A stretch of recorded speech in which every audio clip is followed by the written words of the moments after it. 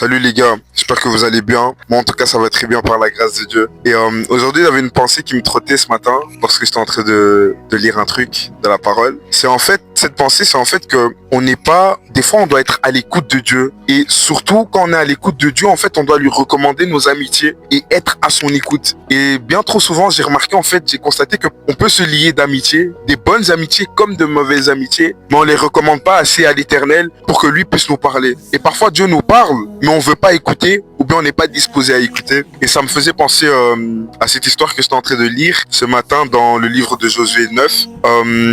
Faut savoir en fait dans le contexte que les gens d'Israël étaient en train d'entrer dans la terre promise, et ils avaient reçu comme recommandation en tout cas d'éliminer tous les peuples étrangers autour d'eux. Et donc à un moment, le verset juste avant parle de la bataille d'Aï qu'ils avaient gagnée, et donc en fait les gens de la ville de Gabaon étaient au courant. Ils avaient peur, alors que Gabaon c'était une grande ville avec des soldats vaillants.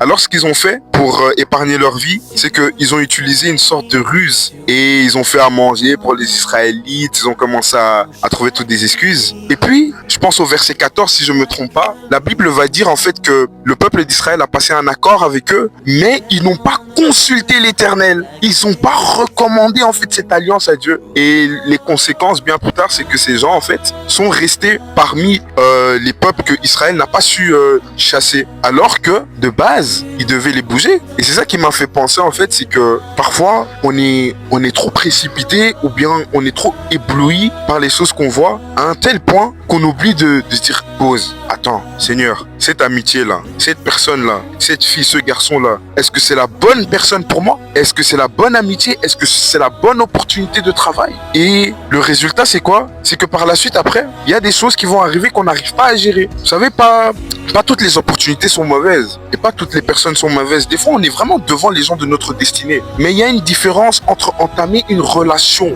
ou une opportunité de destinée avec le Seigneur qui va te guider quand tu es disposé à l'écouter, et entamer une relation de destinée ou bien une opportunité de travail sans le Seigneur. Et c'est pour ça que des fois on est dans des amitiés, dans des relations, on s'étonne en fait que cette amitié là au début ça commençait bien, mais pourquoi ça a mal terminé? Il faut se poser la question, est-ce que j'ai parlé à Dieu?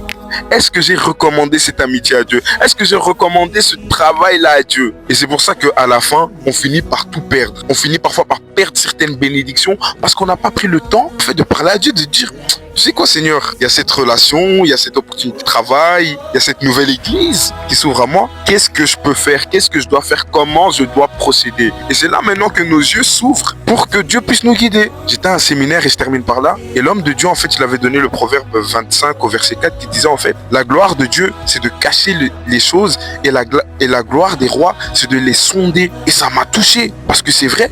En fait, Dieu est un Dieu qui cache les choses pour que nous, qui sommes des rois, on puisse en fait réfléchir à ces choses. On puisse en fait le chercher au travers des choses qu'il cache. Et quand c'est le moment et la saison, il les révèle et puis on comprend mieux. Et parce qu'on comprend mieux, on marche en fait dans la crainte de Dieu. Et la crainte de Dieu, c'est le début de la sagesse. Waouh! Soyez bénis les frères.